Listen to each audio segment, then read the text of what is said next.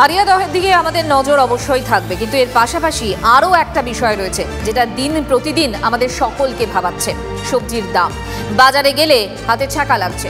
মুখ্যমন্ত্রী ধমক দিয়েছেন, হুঁশিয়ারি দিয়েছেন, 10 দিনের মধ্যে দাম কমিয়ে দিতে হবে বলে দিয়েছেন, কিন্তু তারপরেও দুদিন কেটে গেছে, কিন্তু বাজার দরে এখনো পর্যন্ত বদল এলো কই? এবং এই মুহূর্তে দাঁড়িয়ে আমরা সেই খোঁজটাই নেওয়ার চেষ্টা করব। বিভিন্ন বাজারে আমাদের প্রতিনিধিরা রয়েছেন।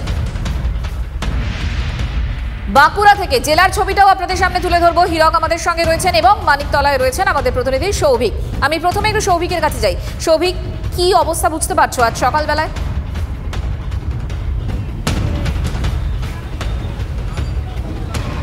দেখো, এই মুহূর্তে আমি দাঁড়িয়ে রয়েছি মানিকতলা বাজারে এবং কয়েকদিন আগেই কিন্তু মুখ্যমন্ত্রী নির্দেশ দিয়েছিল যে দাম কমাতে হবে, কিন্তু গতকালকে মানিকতলা বাজারে সবজির যেরকম দাম ঠিক আজকের কিন্তু সেই একই দাম।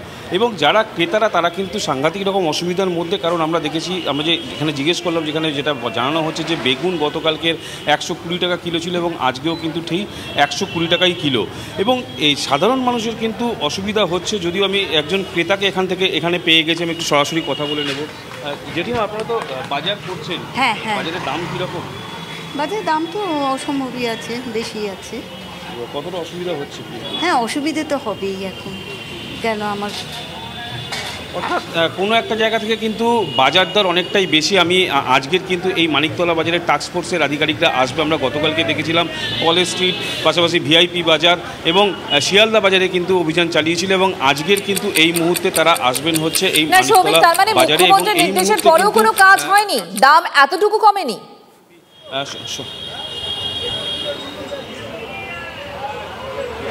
একদমই তাই, মুখ্যমন্ত্রীর নির্দেশের পরে কিন্তু এখনও পর্যন্ত দাম কমেনি। কারণ আমরা গতকালকে দেখেছিলাম এই বাজারেই কিন্তু চন্দ্রমুখী আলুর দাম ছিল 40 টাকা, সেটা আজকে কিন্তু কোনো জায়গায় 38 টাকা, কোনো জায়গায় 40 টাকা।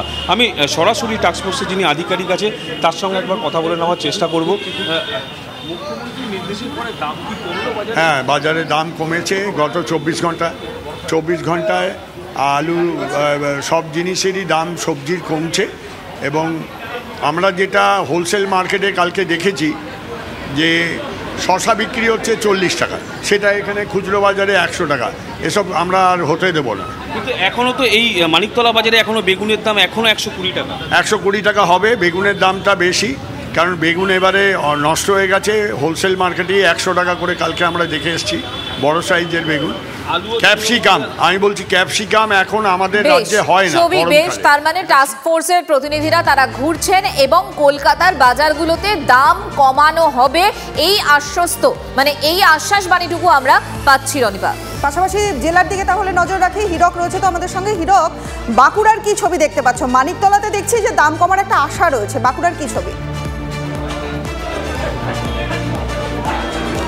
দেখো, একেবারেই মানিকতলায় যেখানে দাম গতকাল যা ছিল আজকে তাই রয়েছে, অন্তত ছবি তেমনটাই জানালো। কিন্তু বাঁকুড়ার ক্ষেত্রে ছবিটা একেবারেই আলাদা। গতকাল সবজির যা দাম ছিল, আজকে বাঁকুড়ার আমি যে জায়গায় দাঁড়িয়ে রয়েছি এই পুরসভা বাজারে, সেখানে কিন্তু আজকে সবজির দাম আরও বেশ কিছুটা চড়েছে।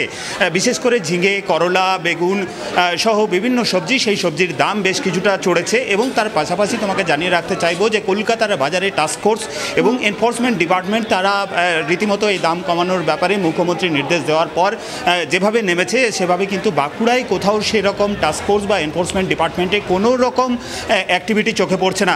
আমার সঙ্গে এখানে কয়েকজন রয়েছেন, একটু কথা বলবো। যে সবজি বাজার করতে এসছেন, কি দেখছেন বাজার দর কীরকম রয়েছে? বাজার দর তো মোটামুটি পটলটাই সস্তা, বাদ বাকি 80 টাকা নিচে কোনো বাজারেই নেই। তো মুখ্যমন্ত্রী তো বলেছিলেন দাম কমানো হবে, 80 টাকা তো যথেষ্ট দাম।